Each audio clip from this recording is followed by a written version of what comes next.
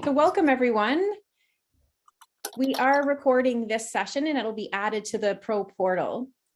So just so everyone here knows and is okay with that. And you're welcome to have your cameras on or turn them off, whatever you're comfortable with. And we'll have lots of discussion time today. So welcome everyone. I think it's a bit of a small group. Maybe others will join in. Well, here's a few more coming in. So I'm Sarah Webb. Everyone knows me, I think. Do all things Caring Dads and work with Tim and Katrina, the authors of the program. And we decided to do some bonus clinical consultations. So not to confuse these with the regular clinical consultations that go with the accreditation process. These are sort of just bonus extra sessions for people to join if they'd like. We're going to do a bunch of different topics. So we started with the intake meeting. We thought that was a good one to start with. And we will do other ones. So we're going to do one on the mother contact role and case collaboration, maybe talking about working with shame, things like that. So we've got some more coming. And I'm going to pass it over. So Nick Green, who's one of my good friends, former colleagues, and Caring Dads trainer, is going to take the lead on today's presentation on the intake meeting. So I'm going to have Nick, I'll turn it over to Nick to introduce himself. And we'll leave it there. We've got people just kind of joining in, so that's okay. We'll just kind of let them filter in as they get here. So welcome everyone, and I'm passing it over to Nick. Thank you, Sarah. This is a total pleasure to be presenting to all of you. I'm here in Toronto, and I am a worker at the Children's Aid Society of Toronto, which is where I met Sarah actually when she was my practicum supervisor. So we've come a long way since then. I work at Children's Aid Toronto, which is the largest child welfare organization in Canada. I work there currently as a children's service worker, although I've done most of the roles there, primarily in intake and ongoing work. And I also coordinate and run the Caring Dads program at the Children's Aid Society of Toronto. I'm about to start my 14th round of Caring Dads at Children's Aid. So it has been a marathon of Caring Dads. And on top of that, I'm also a facilitator trainer with Caring Dads. So I run trainings mostly on Zoom. I'm looking around. I don't think I've had anyone here in any of my trainings. I'm sorry if I forget. So I am super happy to talk to you about the intake meeting. I'm pretty passionate about the way that intake meetings are done. And I have seen in my time at Children's Aid, doing Caring Dads, running these meetings, a really positive change in the first sessions when the intake meeting is structured in a meaningful way.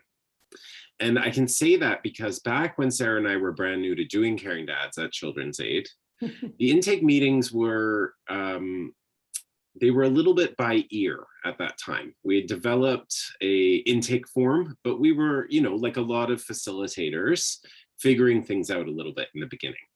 And definitely over time, as we became more purposeful with these and really honed in on what the objectives are and the clinical tools we have for running these really first sessions, I could see as group starts, dads coming in with still, shoulders up around their ears, but with a little bit more of an open mind and a little bit of that resistance being chipped away at slightly. So, Sarah, if you can go to the next slide.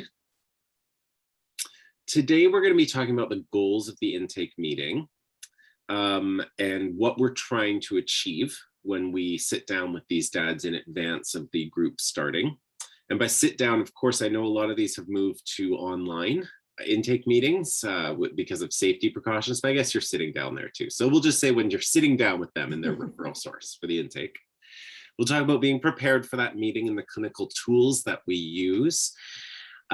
Sarah and I will talk about the conversation with dad about the role of the mother contact worker. It's something we've gotten a lot of feedback on.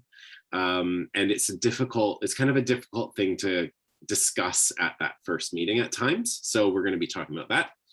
And we definitely want this to be a discussion-based session today. So please, at any time, you can ask questions. You can unmute and just interrupt me, which sometimes works better because I get rambly and then I forget where I am and that anyone else is even here.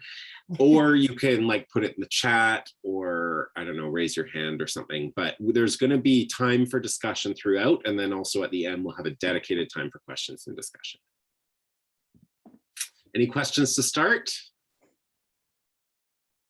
Nick, that was my grand gesture to change the slide. Thank you. I appreciate grand gestures. Nick and I like to do everything in a grand way. So we have to add some flair to make things fun. So, okay, let's start with a discussion. I'd like to hear from folks here. This is something that I've run this group a lot of times, but I still come back to this exercise a lot. Okay. Put yourself in a dad's shoes. Okay, think of a father, maybe it's someone you've worked with or a hypothetical dad who's being referred to the Caring Dads program. What I want you to do is think about that dad coming into the office or logging onto Zoom and talk a bit right now about what experiences that dad has had with systems and professionals and what he might be kind of on the lookout for or sniffing out, as I like to say, when he shows up to that first meeting. So why don't we start with the question, what do you think are some common experiences dads have had with kind of systems and professionals coming into that first meeting? Mistrust. Mistrust. So like what kinds of experiences would lead to mistrust? Oh, just like, I feel like sometimes saying one thing and then, or being told, like that's what I hear from dads. They're being told one thing, but then something else happens. Like you'll get this many visits, but then something happens and they only get one visit in the month, right? Like, so that mistrust with caseworkers. Totally. Goalposts have been moved on them, right? Or they've been told one thing and then they've been honest and something else has happened or it's shown up in an affidavit, right? What else?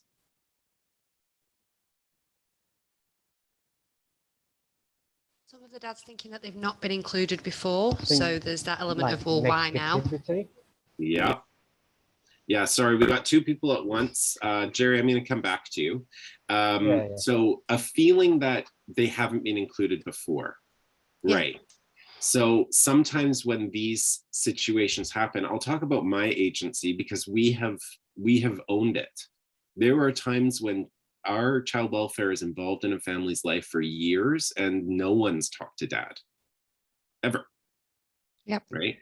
So what's this about now? An entire investigation occurred, you know, in the terms used here in Ontario. Risk has been verified, but no one's ever talked to me. So what's this? What's this about? Thank you. Jerry, what were you saying? Yeah, I was just going to say a lot of like negativity. I suppose, you know, maybe some of their experiences are going to, you know, child protection conferences, things like that, where police reports are read out about them, you know, in front of loads of professionals and stuff. It's just, I suppose, feelings of being painted a picture of negativity when I suppose there's more to them than just the kind of negative stuff. Yeah, which thinking about session 14, that's shame, right? There's a whole lot of shame that can be going on walking into that. These people think I'm a terrible human being, right? I'll also just add this father walking into a room with me sitting there, who I am a white person. And in Ontario, it's very likely that our racialized, our Black and Indigenous fathers have been dealing with a lot of white authority, peoples of authority, who have a history of discriminating against them as soon as they walk in the door, right? So there's also this that they're walking in with. So when they're sitting down and you're trying to engage them in this process, what do you think they're trying to figure out from you? What are they sniffing out or looking for?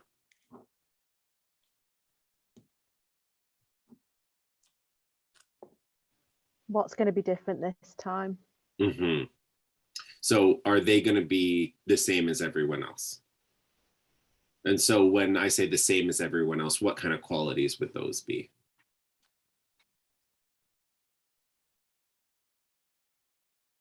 I think when you say like the same as everyone else is that they've already been painted with this picture from, I guess, like children's services here in Alberta, right? Is already like, maybe that caseworker has told all the professionals, so this is what everyone thinks of me. So does it make a difference if I'm coming and being honest? So is this person going to judge me based on the information they've got from other people? Yeah. Is this person going to listen?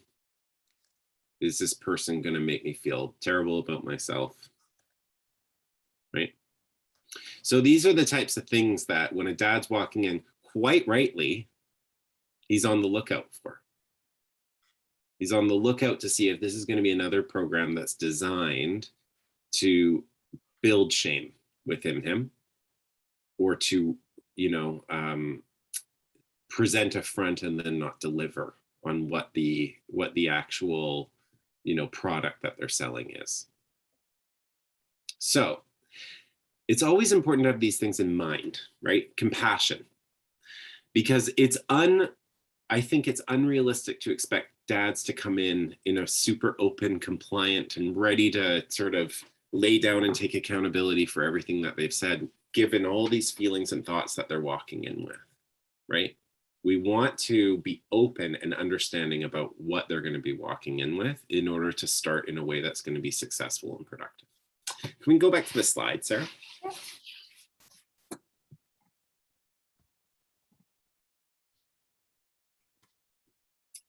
So we're going to kind of come back to those. I want that to be fresh in your mind as we work forward, okay? So preparing for the intake meeting. So basically for every round of Caring Dads, you need to have an intake meeting that includes the father and the referral source in advance of session 1. These sessions are usually about 30 minutes to an hour, depending on kind of your style. And traditionally, I think they're always done in person, although there's more and more people doing these virtually, which I think from what I've heard, tends to work quite well for people. So in advance of that first meeting, you really want to connect with that referral source and make sure that they understand what this meeting is going to be about. Okay. What you don't want is for this meeting to turn into the monthly contact that the worker is required to have with that parent. In the case, several times this has happened to me, my intake meeting has turned into a transfer visit where the worker has introduced dad to their brand new worker. And you want to make sure that that referral source understands that we're there to talk about the father in the context of their participation with Caring Dads. So it's not the time to chat with dad about a change to access or other business, or, as happened once, to serve him with court papers. So please talk to that referral source about what this meeting is going to be about and what the objectives are, so that they can be on board with what it's going to be like. In advance of this meeting, you also want to prepare some sort of intake form. And so we'll talk a bit about what we want to gather on that intake form. A little tip I've recently discovered is we have started to use Excel documents to put our intake information in, and I highly recommend it. If your organization either needs to share in an interagency way or gather demographics or information later, I highly recommend using Excel for that intake form. So next slide, Sarah. I was just going to add too, Nick, when you were talking about that, if you are partnering with another agency and you have to share information about names and ages of children and that kind of contact information, that spreadsheet sounds brilliant, because I can remember afterwards, midway through the group, trying to get all that information out. And, so I guess you kind of live and learn with those things. Thanks, Nick. Yeah, exactly. And I'll just add that you just reminded me to add, Sarah, when you're working with a partner agency, I have, in my experience, and even without working with a partner agency, I've experienced that as systems get bigger, there can be an impulse to have someone whose sole job it is to do the intake meeting. That might not be a facilitator of the actual group.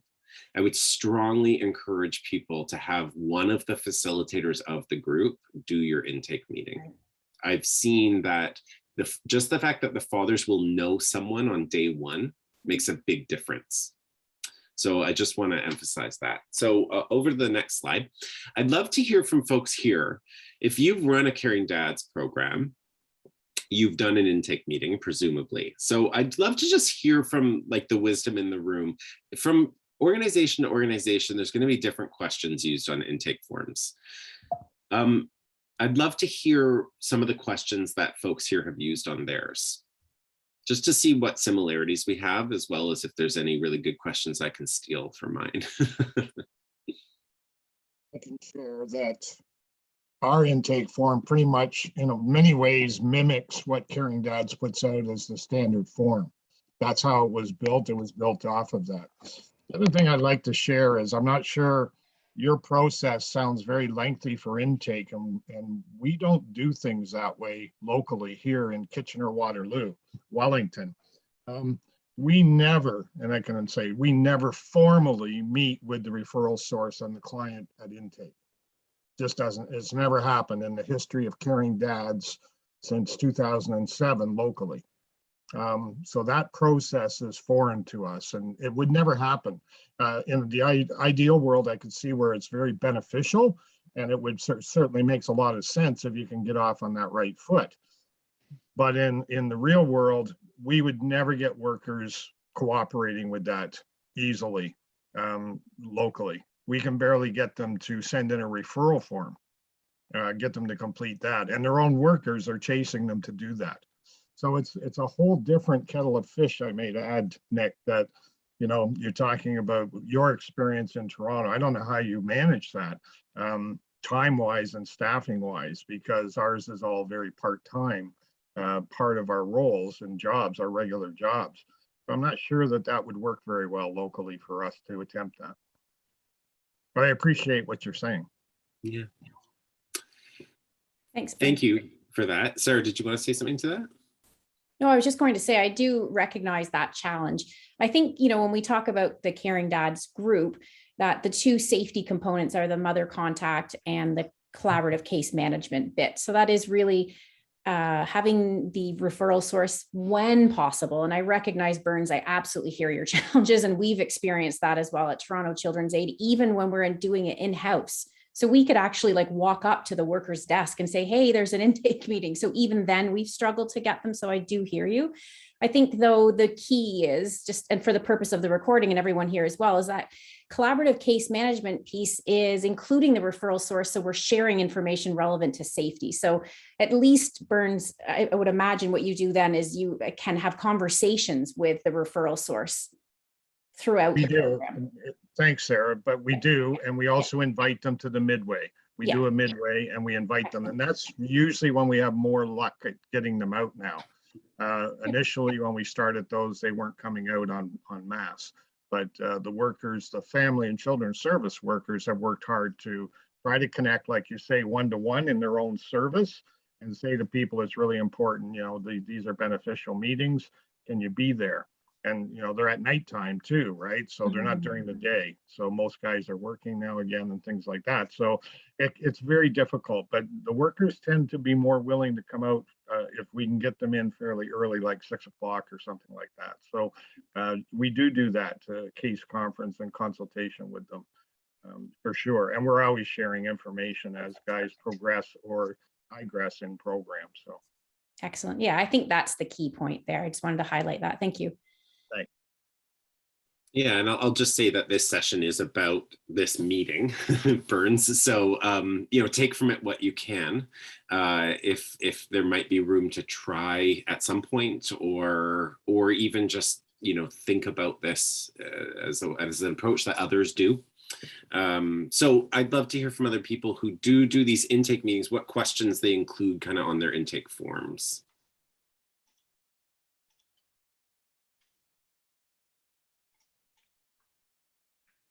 If I may, I just wanted to re-highlight that if we have workers in F&CS referring, or probation and parole officers referring, we ask them to complete a full referral form that answers pretty much all the questions we want for screening purposes, background information, the goals that they wish the person to work on during group.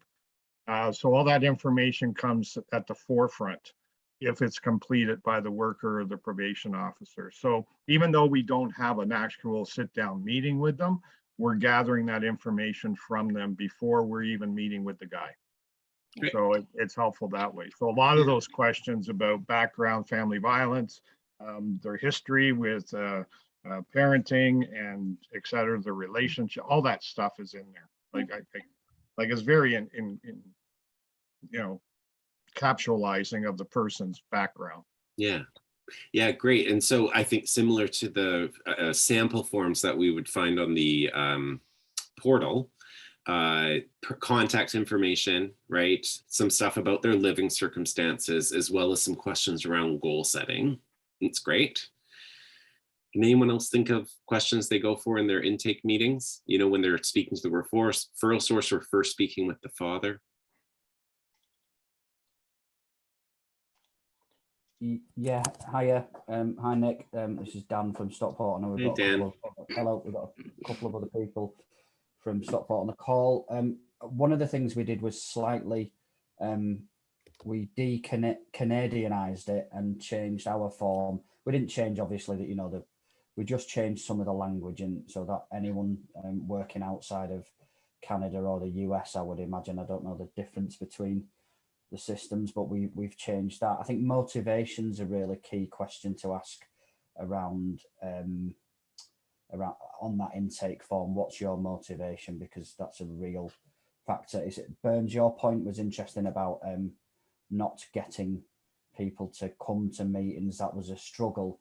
What I would say is, if you can do, I think it seems to be better when you get that at the beginning, when you actually manage, but obviously time is always a factor. And I'm not saying we haven't always got that right in that we're into cohort 2 and we did a pilot.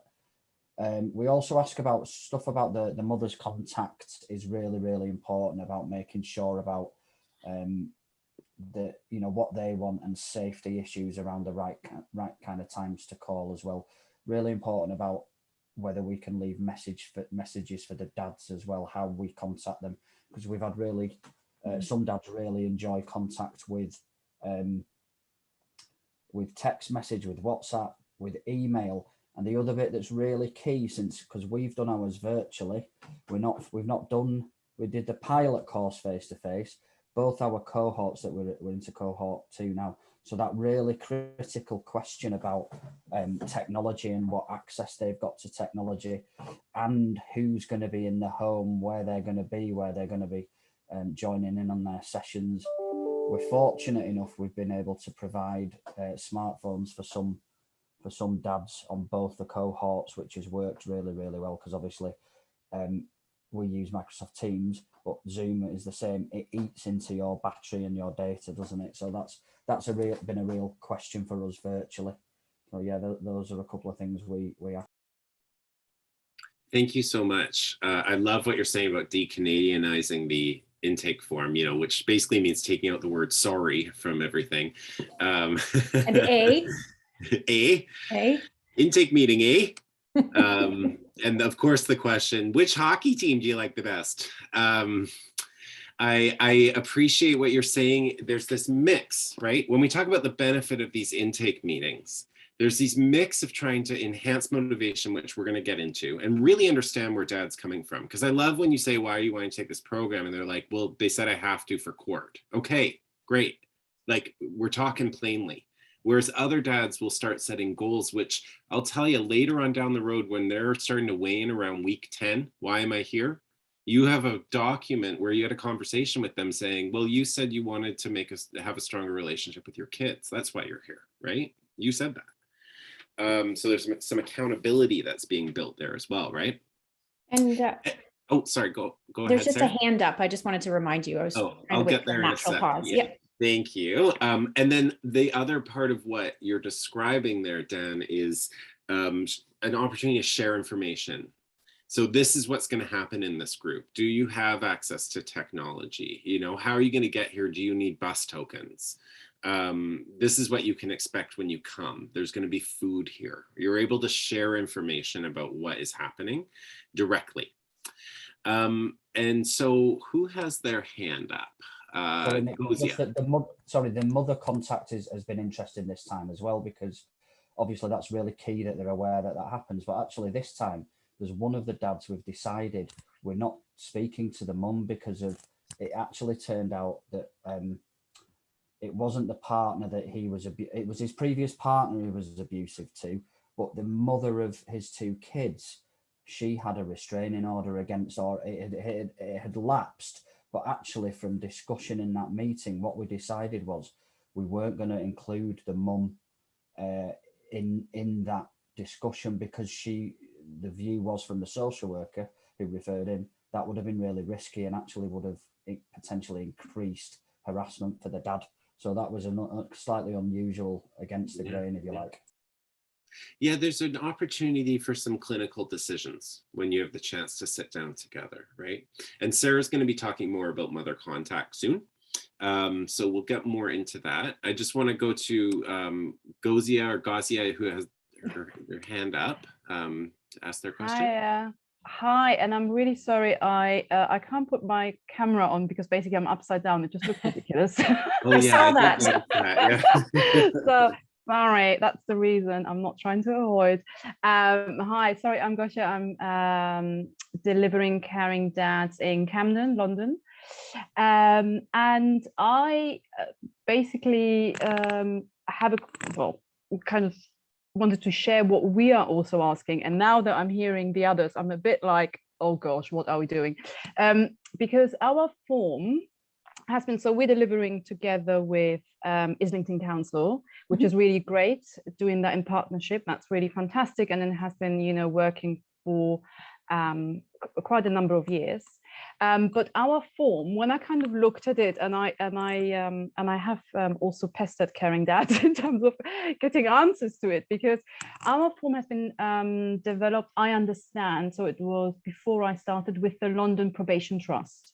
So there are questions on the form which you would not ask immediately. However, there are questions on the form like past criminal convictions, convictions related to, I don't know, weapons, assault, things like these, which, if you think about it, okay, could make sense. You could say, okay, kind of makes sense. But on the other hand, when you are in that first meeting, I would have probably telephone contact first. So hopefully they would think I'm a nice enough person and not too judgmental, and I would have the referrer there. But when you do ask these questions, obviously for a good reason, the face just drops and they're just a bit like, what is this? So I'm just kind of wondering, yes, we have this form, but I'm just kind of curious now, really, why have we these questions on it? And is it really, should we actually adapt? Is it worth keeping them? So yeah, I'm just kind of now a bit critical of of our process, possibly. Mm-hmm. And so, without being critical of something that I didn't develop, I would say that through the course of this, we're going to be talking about what we're hoping to get out of these meetings, and maybe looking at that and thinking about those questions. I would just sort of ask, are we meeting our goals with these meetings, or are we adding a layer that might sort of alienate a dad from the group? And so definitely risk assessment is an important part of these early meetings. And I imagine that gathering that information is around the process of assessing risk. Yes. But asking a father to lay out all of those in such a authoritative way, like arrest record or whatever, is that going to increase that father's motivation to engage in the work of Caring Dads, or is it actually going to make it harder for us to get that dad to engage in a way that will lead towards change, right? So are you working at cross purposes? That makes total Sarah, sense. go ahead, please. Oh, thanks. I just wanted to add to Gossia, I think too, we had a sample example report intake form template in the Pro Portal.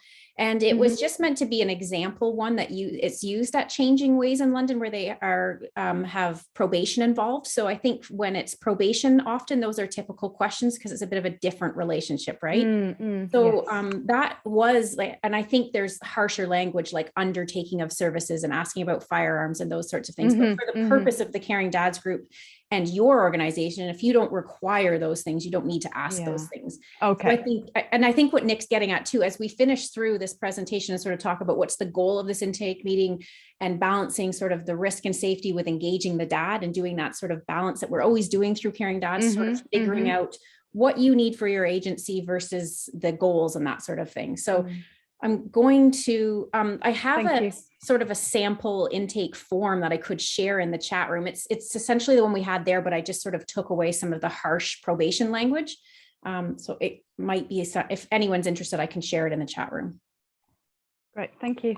Thanks. And what Sarah's speaking to, oh, sorry, was someone talking? Oh, go ahead. Yeah, Daniel. I was gonna mention, so in our place, we run multiple programs. So we do Caring Dads, we do an in-house program, we do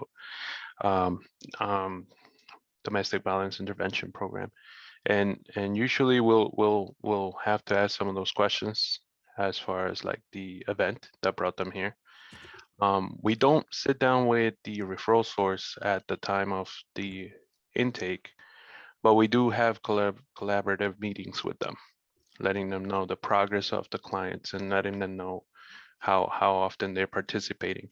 I'm not sure that we're going to get as much information as to the goals of the client at the beginning of the intake session, because a lot of the clients that I want to say all of them, but a majority of them are mandated by the court. So as it is, they're not going to be content of being sent to a program in the beginning. So asking them what the goal is or why they're here, it's essentially them saying they told me to come. Yeah, that's such a tough situation to be working with dads who are there because they are told to show up and sort of serve time in the group, right? And often in this first meeting, I'll have a conversation with those dads about the choice of sort of serving time through the group and just being physically present, or 17 weeks. If you could get something out of it, what would it be, right? But I recognize it's really hard sometimes to get really a meaningful answer to that. So we're hearing lots of different stuff. And the reason there isn't one standardized form that every single different agency uses is you're going to have your own information to collect. Here at Toronto Children's Aid, we're also collecting identity-based data as we go through. And some people need to open files under the names of the children rather than the parents. So you're going to have your own things that you need to collect in this meeting as well. But it sounds like there's some really great questions being asked and some great ththings being considered as you're putting that form together. So Sarah, I'll go back to the slides. Sure. And I just wanted to add, I liked what Dan was saying. Dan, you mentioned about Gossia's point about the intake meeting, and I like what Dan's saying about it potentially being a couple of sessions. I recognize staffing and that obviously we don't have time a lot of the time for that, but if you did have the luxury of doing more than one session, I think if you had a father who was quite resistant, that you could then use the first part as really engagement, just listening to his story. And then kind of this part two could be more collecting that information. So I just liked what you put there, Dan. If you could do that, I always think back to what Katrina Scott says with the resistant high risk fathers that we can't even get into group. What do we say is slow down the engagement process and take our time to sort of work our way in. That when they're pulling back, we lean in. Is that sort of that thinking? So I just wanted to highlight that, Dan, because I liked that thinking. And sorry, Nick, you want me the slides I'll put back up? Yeah. As you're doing that, that just reminded me of, having this meeting with the dad is demonstrating a certain commitment to listening. And I remember a dad whose kids had been brought into foster care the day before our intake meeting. And he refused to enter the building. So in the winter, I did the intake meeting with him in the parking lot outside the building. And I don't think he ever would have shown up if I hadn't demonstrated to him that I'll come to him a little bit, which is really what we're showing. We're not showing that we're going to be complicit, but we are showing that we're going to listen, right? And have a commitment to them, to a relationship. So the intake meeting is covered under goal 1 of the Caring Dads program. Anyone here, quick on the unmute button, remember what goal 1 is? Pop quiz? Because I forget. Just kidding. Goal 1 is about building trust and increasing motivation for change. And so the intake meeting fits under that goal. The goal of this meeting is to build trust and increase motivation for change. So in order to do this, we already have in our pocket the motivational interviewing tools that we use throughout the course of Caring Dads. So that's rolling with resistance, right? Avoiding confrontation, head-on confrontation. That's having a question-asking approach and finding ways to help dads set goals, right? In order to increase trust and motivation, we're going to really work on listening and hearing. And I encourage people to not have their laptop open while dad's talking. Maybe make those notes later or scribble them down. We're going to increase trust by telling them what the program is going to be like. And here's something that I like about, if you can get that referral source there's a sense of transparency, right? Referral source, talk about why you made this referral. Now we all share that information. I'm going to talk about what we're working on and what our expectations are. Now we all share that information, right? And if possible, it's helpful to be able to give a tour, show them what the room's going to look like, that they're going to show up to, what that first session is going to be like. I always like to joke that you're going to come here next Tuesday and the silence will be equal to the surface of the moon. When you sit down in the room, it will be the most awkward 10 minutes of your life. You might want to show up at 6:01 p.m. because it's so awkward, but it'll warm up, right? Lay it out to them. And what falls under the core principles of Caring Dads, expect that there's denial and minimization. Do not have a requirement or an expectation that dads are going to come into that intake meeting taking accountability for their actions. Next slide, please. I just wanted to add, I am on unmute, right? No, you're unmuted. Okay, good. I can't see the screen, that one part. Yeah. I just wanted to add, I know this is, I always say this, it's a Maya Angelou quote about people won't remember what you say or do, but they'll remember how you made them feel. And I always like that when I talk about the intake meeting, in that sense, when these dads come in, if they feel that they got a chance to talk and feel heard, and someone actually took the time to listen to their story, and someone that they feel that they could trust enough to maybe do some of this work and have some hope. So I wanted to add that bit in. Thank you. So this is this part, the objectives, is actually outlined in all of your Caring Dads manuals. So you can refer back to some of these points. It's around like page 28 or 29. But the objectives of what we're trying to do here in this meeting. So just like we all talked about before, we want to gather some information. We want to understand where the father's living, what that living situation is like, what family is in his life, what family is not in his life. We want to get contact information, right? And sort of learn about who this guy is and what circumstances he's living in right now. The next objective is to make a connection.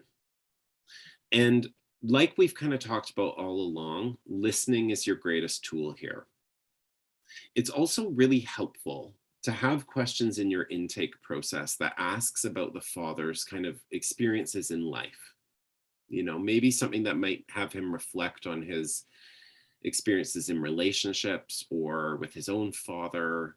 And what you really want to listen for and reflect on are themes that you're hearing or experiences that you're hearing. Wow, it sounds like through your life, you've had a hard time having a personal network that you've really trusted. or it sounds like you often feel like no one's kind of hanging around helping you.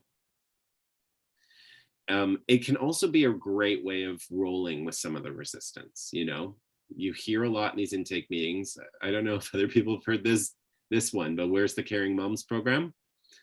You know, okay, ask some questions and listen to where that comment is coming from. And often it comes back to the very common feeling that dads have of, you know, once an allegation is made, it's about pushing dads out of the lives of their children, excluding them. And, you know, they'll hold a sense that mom is not being held to account. Now, we understand the dynamics of control and abusive relationships, but it is an opportunity to reflect on the fact that, wow, it sounds to me like you haven't really found a person you can talk to about the change you want to make. So a chance to make that connection. It's also suggested that in this intake meeting, you might want to attempt a challenge. So we're not talking about saying, I've read the police report and I know what happened, right? We're not talking about shaming, but how about a question in there that says, okay, so you've just described the situation that brought you here as something that was initiated by the mother. Can you talk a little bit about your role in that? You know, or can you think of something that you wish you'd done differently that day? And the point of this isn't to try to change dad's mind. Like, we know that that type of confrontation for change doesn't happen in Caring Dads like session 10, 11. But in this case, we just want to kind of assess how it lands and kind of roll with their answer, just to sort of see where they're at in terms of that accountability and sort of change process. Talk with dad in this group about developing hope for change, right? I think that comes in talking about the program overview. Here's how we work towards helping you set goals and make meaningful change that will really impact the way that your kids feel around you. Talk about experiences other dads have had in the group. Just working, and this is really speaking to that process of moving from shame to guilt, right? So instead of you're in this situation because you're a terrible dad, you're a terrible person, it's you're in this situation because you've done things that have hurt people. But there are ways of making change. There are ways of improving relationships. So asking questions that help them really understand that. So every group, you're also going to have some group agreements. There's sample group agreements in the portal, but you might have your own. So those things might be if you charge a fee for the group, some people do. If you have, you know, certain policies around lateness or minimum amount of groups that you have to attend. I think generally we say that dads can't miss more than 2 sessions. So I would have a talk with a dad about that right up front. Maybe a talk about the understanding that, you know, we want dads to come sober. And if that's an issue, we want to talk about that. There might be other sort of aspects of the group agreement that you find essential to cover in this meeting. And then if you're able to, begin to develop a bit of a goal. And so these are those questions on what do you hope to get out of this group that Daniel finds difficult because the dads say, I hope that the charges are dropped and I fulfill my probation or whatever, right? Fine, okay, that's where we're starting. You hope that completing this group means that you don't get breaching your conditions of release or whatever it is. Okay. Maybe I would try saying, let's try one more, but framing it with like how it might benefit your relationship with your kids. Give it a try, right? Try to find a way of grounding it in how this group is going to lead to better outcomes for the kids and women in these dads' lives. Try. There's also an aspect through this intake meeting of assessing risk. I'm going to get more to that in the next slide. It's a complicated one, but important. And finally, if you can have that referral source there, we're thinking about that aspect of this group, which is coordinated case management. It is just as important as the 17 sessions and the mother contact. We want to have that line of communication open and be sharing information and demonstrating the transparency in which we're sharing information, right? So Sarah, do you have anything you want to add to that slide? Oh, I guess that's a no. No, that was great. Thanks, Nick. Okay, so assessing risk. The book again talks about this in more detail. But I want to pause on this one for a second. When we talk a lot about engagement and the stuff about Caring Dad that I think makes us feel really good, you know, like I have 100 of those feel good stories about that really difficult dad who found his way to sitting closer at the table. And by the end of the group, he was taking notes and, you know, really demonstrating some great change. That engagement and trust is so important, but we cannot then in the process of that become complicit or sacrifice, you know, having a foundation of violence against women is harmful and dangerous to women and children. And, you know, no matter what rolling with resistance I'm going to do, I'm not going to agree with you on that one. And through that work, it's important that we're always assessing risk and understanding what ongoing level of risk there is this dad might be posing to the women and children in their life, and being ready to support a safety process that will increase the safety of the children and women in these dads' lives. So as an example, I had one dad in my group who it came out through the course of the group that he was actively stalking his ex-wife, like every day, looking in windows. And it came out because we were able to form a really good relationship. But there was always transparency in that relationship that there's a safety network in place that's going to be informed if there's something worrying going on. And those conversations are a way of understanding how that risk might be escalating, right? So assessing risk is imperfect, and the book acknowledges that too, right? Very often the different tools that people use for assessing risk of domestic violence looks at it as kind of a static risk. It's so much of it is based on the past, and it doesn't take into consideration often present circumstances, or it might not be as dynamic in doing that as we'd like it to be. So what we suggest is, you know, using your sort of standard domestic violence risk assessments like those listed here, or there might be other ones that people use to sort of look at risk based on information that you have and sort of the empirical process of assessing risk, but also supplement it with questions to yourself and the referral source and through conversations with the dad that are associated with the child welfare. So often these DV risk assessments aren't factoring in that there's a comorbidity of men who engage in domestic violence and men who engage in child maltreatment, right? So we want to have this lens of also wondering, you know, taking note of which fathers, you know, have kids under the age of 4, who, you know, are at a higher risk of fatal injury or maltreatment. Take note of the fathers who are step parents, right? There's a lot of research on incidents of child maltreatment from stepfathers. Take note of if this is a father who has a history of, you know, evidence of maltreatment of children. Or is this a father who routinely will keep his children longer at the end of access visits for a significant amount of time? And these are all, you know, sort of risk factors that we just need to understand. You know, if there's a father who you're hearing these questions, you're going tick, tick, tick, tick. It's important for us to acknowledge that we're talking about someone who is indicating a pretty high risk of domestic violence and child maltreatment. And with that information, to again keep this assessment dynamic rather than it just being like, okay, I'm going to write the word high risk next to his name on the intake form, which I don't know that I would do that, but you know, it's not about creating a label.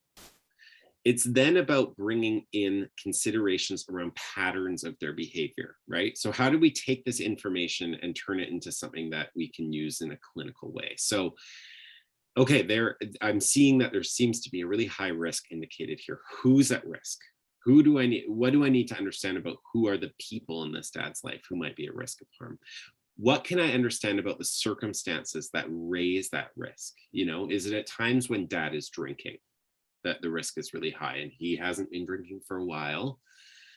You know, that way you might learn dad's drinking during the course of the group and you know that's a higher risk? Is it at times when dad's struggling with employment or struggling with being unhoused? Are those times where in the past things have been happening? What's the nature of the risk? Does dad become super physically violent? Is there stalking? And what factors are likely to reduce the risk? And there's where the engagement with some referral sources like child welfare, you might understand times when things have successfully been mitigated. And that's important for you to know as well. There's a question in the chat or statement. Dan said, interestingly, we have current research in the UK about children under 1 being more at risk of serious harm. NAI, I don't know what that means. Death at the hands of biology. Non-accidental injury. Oh, non-accidental injury, thanks. Yeah. Fairly recent report that's come out called the Myth of Invisible Men, which obviously ties in really topical in terms of caring dads, but that it looked at something like 280 cases where children had either died or suffered serious injury, and where they were under ones, and something like 81% of the under ones who were harmed or died actually lived with their biological father. They lived in a family unit with their father.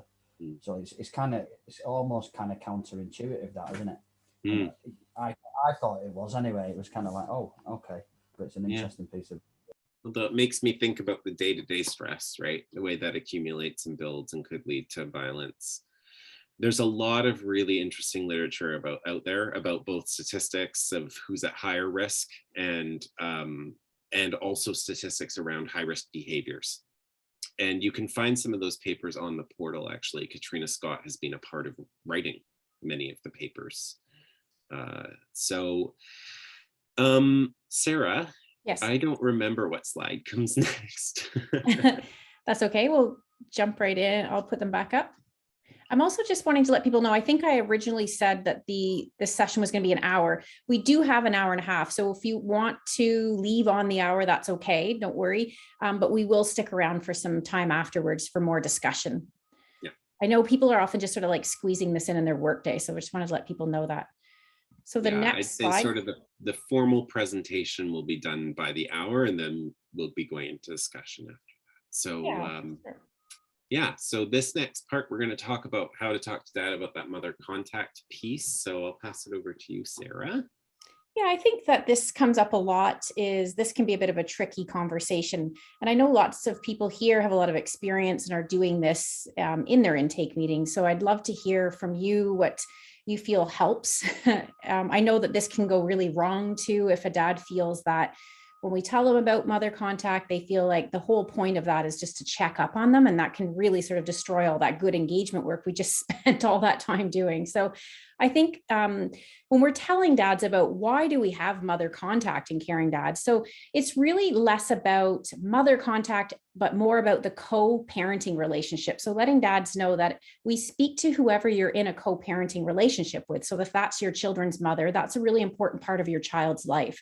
So what's in the best interest of your children is for our service to speak to both parents. So we do reach out to the children's mothers. We offer them some support as well. And we also let them know that you're in Caring Dads, as well as what is the Caring Dads group. So they know that in relation to their children, what you're doing. So it's less about when we're talking to dads about having them feel that we're doing this just to check up on them or catch them in the act. I think we really want them to understand that part of Caring Dads, the work that we do is really developing supportive and healthy relationships with our children's mothers. That's sort of the point of the program, isn't it? We're really working on a relationship with our children, a relationship with our children's mothers. So how do we improve that? And part of that conversation at the intake meeting is really helpful, talking about having that respectful relationship with your children's mother, the person that he co-parents with. So I think when we're sort of approaching it from that angle, I've had mostly success with that. I don't think I've had dads really worry about that so much. I recognize different organizations might be set up differently. So I know some organizations that partner with a child welfare agency, Often the child protection worker is like the mother contact worker. They're the ones that stay involved throughout the case. They are available for consultations. They are checking with moms, telling moms about the Caring Dads groups and playing that role. So that's okay too, because the main point is that moms feel empowered. And so that they have this knowledge about what is dad doing. So they don't feel like this is being done behind their back or dad is using this in some way to gain leverage over them. So it's really important that moms know this. And also that they can make good decisions about their relationships and their families, knowing kind of what the limitations of Caring Dads are and what Caring Dads even is. So we will be doing another session just like this, all focused on the mother contact role. So we really wanted to kind of think about this in the context of the intake meeting. And just so you know, it might get missed sometimes, but at the very back of the manual, Appendix A does have some information about the mother contact. And I wanted to highlight too, and this came up earlier about case-by-case decisions. So sometimes, I think someone mentioned this as well. So sometimes we wouldn't have the mother contact conversation with fathers for maybe mothers of their children that are living in other cities or jurisdictions where they don't have any contact with those children. So we wouldn't be forcing a call with those moms. Maybe if it's a new partner, a brand new partner with dad, and he's not living in the home and he doesn't have a lot of fathering role with the children, we wouldn't necessarily contact that new partner. So these are, again, case by case. So it's really good for you to have that conversation with your co-facilitator, your supervisor, think about the Caring Dads principles, always think about safety to women and children, and then make those decisions.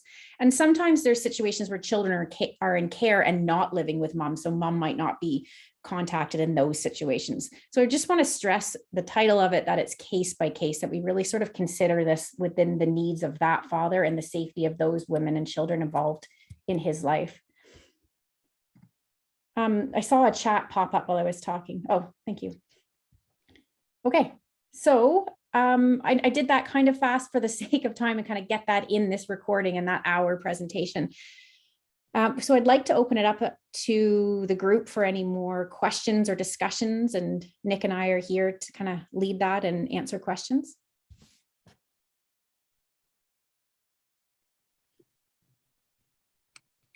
Dan typed a question or comment. There seems a different dynamic between parents and adults that live together and separated parents around mother contact. Yeah, I think, and we've got Siobhan and Emma, who are both from Stockport, have been doing that mother contact role. I think it's been relatively easy, actually. I think I'd agree with you, Sarah. It's not been that difficult to explain to the dads why we would do that, and I think I found a good way of explaining it to them, maybe allaying their fears about that, is that we don't go back and report every little thing to the mother, or what we're doing is there is a, we do say there's a safety element there. We need to make sure that everything's okay, but we also say you can say what you like. You can say what you like about your social worker, the referrer. You can say what you like about the mums. That's part of the I suppose, the therapeutic efficacy of the course, isn't it? The relationship between the facilitator. They can have a rant and a rave about the mum or the partner, as long as that doesn't veer into across safeguarding boundaries, if you like, really. So I think that's really good. And I know that the current cohort we've got is, we also have to, don't we? We have to be really engaging and building really good relationships with the men. But we also know that there are times where they're not going to tell us the true picture, and they're not going to tell us everything that is going on. And it's been useful in this cohort.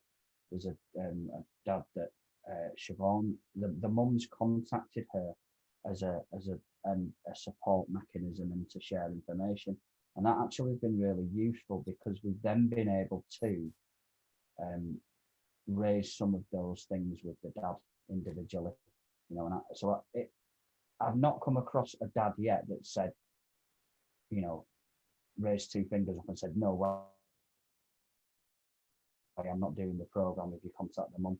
They seem to get that, really. So yeah, thanks for that, Dan. I often haven't seen dads refuse the program because of mother contact, but I've certainly seen some, if I've rushed that part I've certainly seen some lose a bit of trust. And so I think you've raised a really good point here too about some of these dads will just say what they think we want to hear, or some of these dads will go through and never take responsibility, right?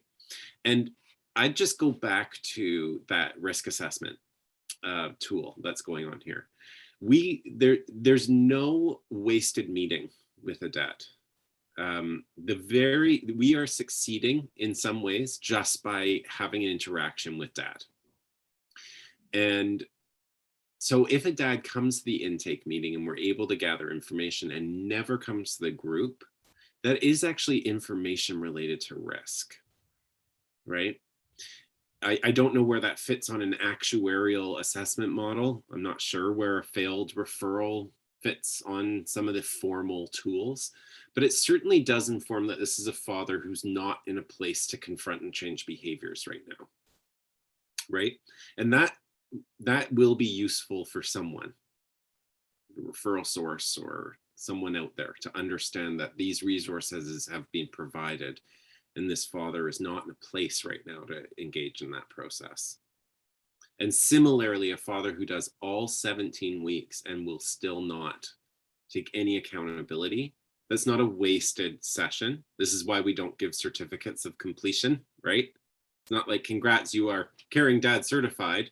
It's you've attended all programs. And in that final letter, you're saying the work that needs to still be done is taking accountability, right? But you've come. So there's some good stuff happening, but there's more to do. Thank you, Dan. Colleen has popped up on my screen. Were you just saying hi, or do you have a question? No, just a comment, because I apparently am the odd one out here. I am a probation and parole officer. And so I do not actually do the intake interviews. My coworker, or co-facilitator through family violence does. So I have the unique experience of, unless they're my offenders, not meeting them till the first night of group, and having to ease those fears of, oh, look, there's some authority in the room.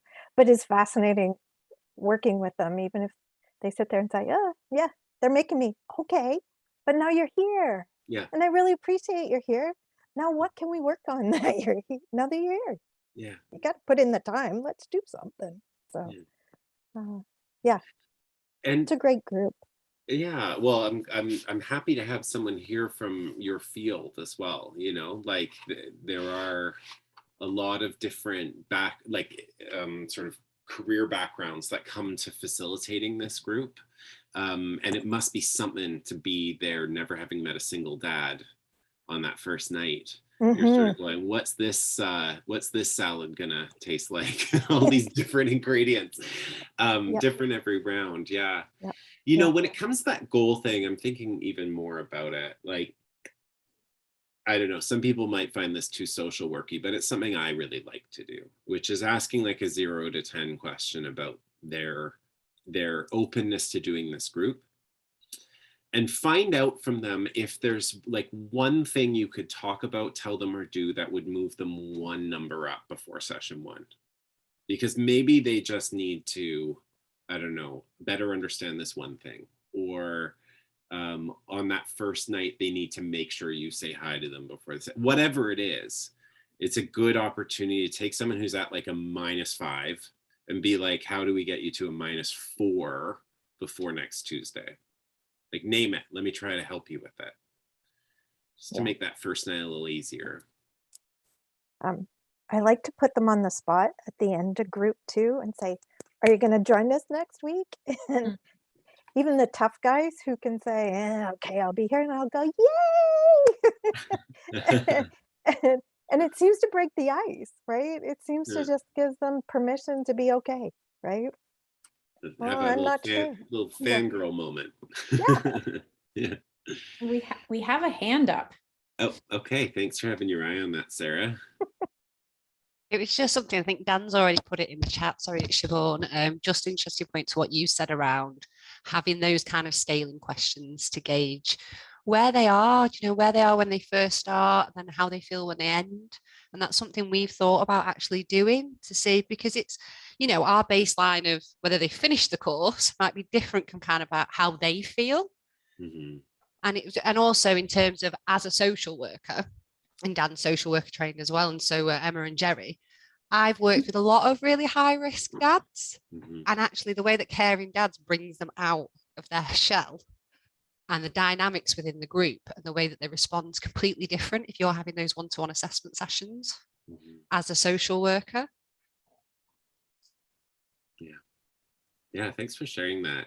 Those scaling questions, they really are like a universal social work tool, but it really gets to like small incremental things for something that's as big as like feeling shame. I don't want to come to this because I'm worried everyone thinks I'm a horrible human being, and that you're going to uncover that feeling for me. Like, that's so often what a lot of this resistance is. I'm going to show up there and you're going to make me acknowledge that I'm as awful as everyone says I am. So like, what's one thing that can make you feel a little less worried about that? I think also sometimes we forget, don't we? We sometimes need to focus on strengths. They love their children. Yes. Yeah. And I think sometimes we forget that, don't we? Yeah. They came we're looking at a piece of paper. Yeah. They showed up to the intake meeting. Absolutely. I would also highlight too, though, we picture resistance as, I don't want to do this, forget it. Sometimes resistance is, I take all the responsibility. I need to be a better dad. I'm here to learn everything you have to say. Sometimes that is resistance as well, right? We know about some of the controlling behaviors we might be seeing here, or ways of trying to manage the way that we see them. So again, that process of rolling with resistance is asking follow-up questions that develops discrepancies, right? Okay, so what is it that you would learn in this group that would make you that amazing dad that you say that you're hoping to become?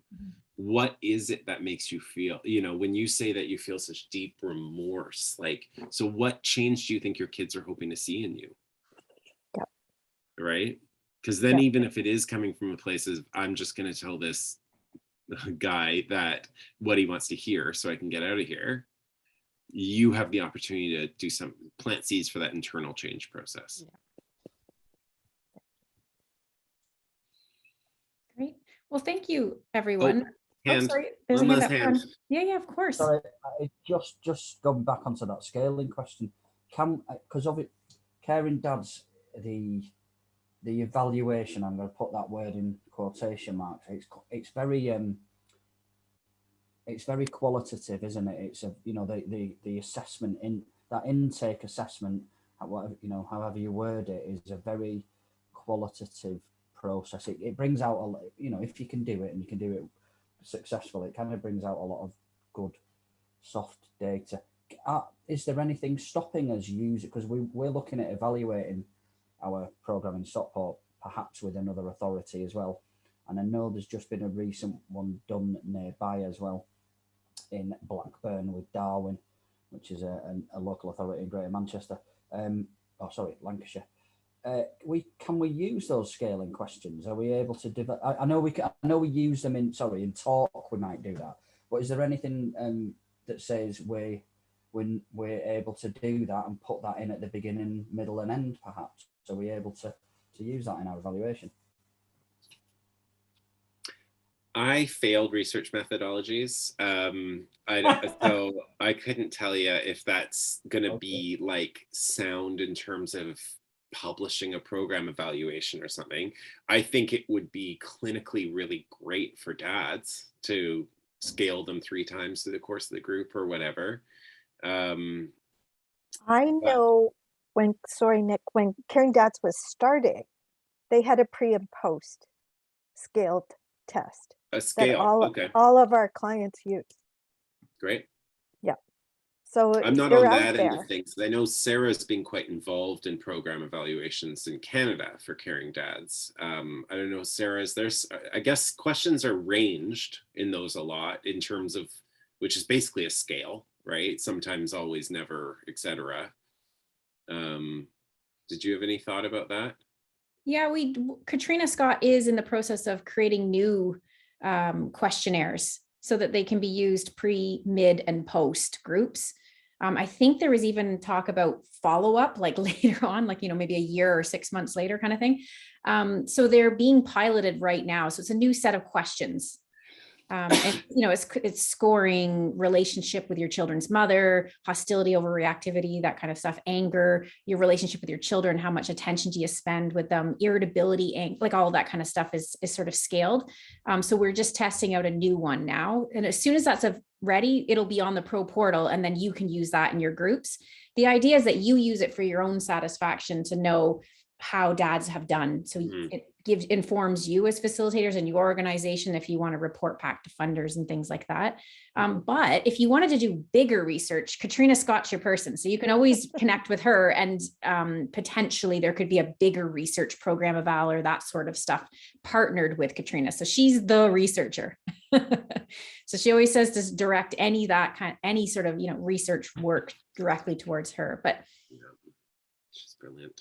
So those are coming. I'll send out an email blast once they're ready and officially in the Pro portal, the new set of surveys, the new survey link for you to use with dads. Siobhan's just asking about contact info for Katrina Scott. Yeah, absolutely. You know how you can reach her is, and I'm going to give you an email as well, but on our Caring Dads website, it's the meet our team, and then you can contact whoever you want from there, just in case. But I'm also going to give you her email address right now because she's at the University of Western, so it's might be different. Okay, I'm going to put that in there just before the meeting wraps up. So hang on just 1 second. Let me get her email in there for you.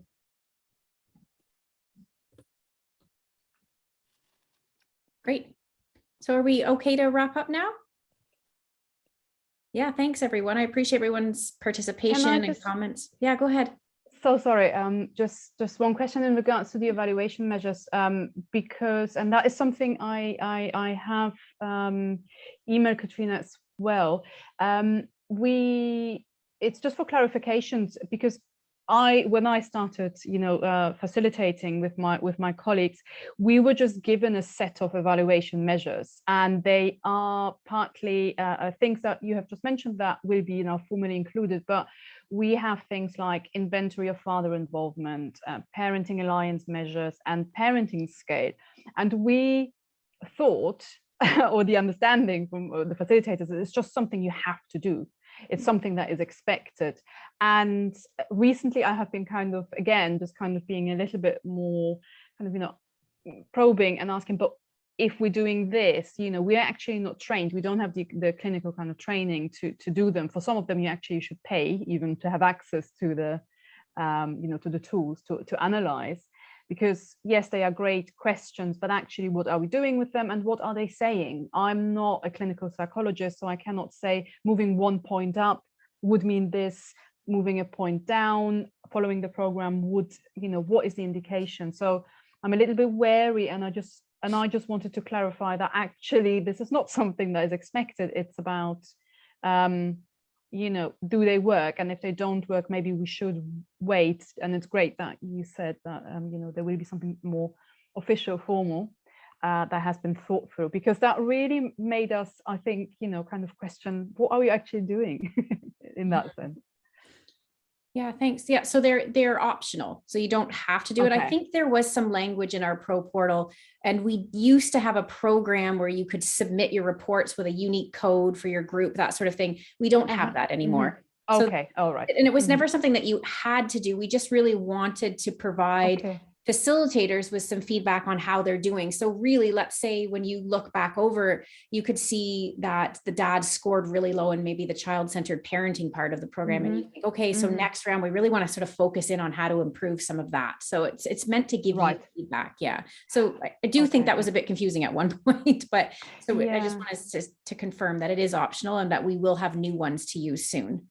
Okay, no, it's really good to know, because I think also when people leave, so someone maybe, has been involved at the very beginning and they would have that knowledge, and then they leave the service and it's not clear. So that's really helpful. Thank you. Yeah, absolutely. Thank you.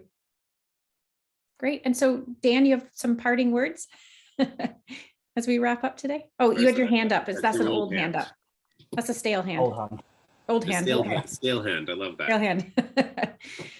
Well, thank you again, everyone. I appreciate, again, I love when people participate in these and have these discussions, because it means we care about the work we're doing. And that, I think that, you know, when we're talking about the intake meeting and being able to engage with these fathers, you have to care. Yeah. Genuinely. Yeah. Yeah, it's they'll also call you just so out. great to connect with other facilitators all over the place. I love that part of these Yeah. consultations, Sarah. You do such a great job putting these together. So Thank you. thank you. And thanks everyone for coming. Nice to meet you all. And I'm sure our paths will continue to cross through all the Caring Dad stuff. Yes, there will be more to come. Thank you Excellent. so Thanks, much for everyone. doing this. Bye. Thank you, everyone. Everyone, Bye. thank you. Thanks, Bye. guys. Bye-bye. Bye.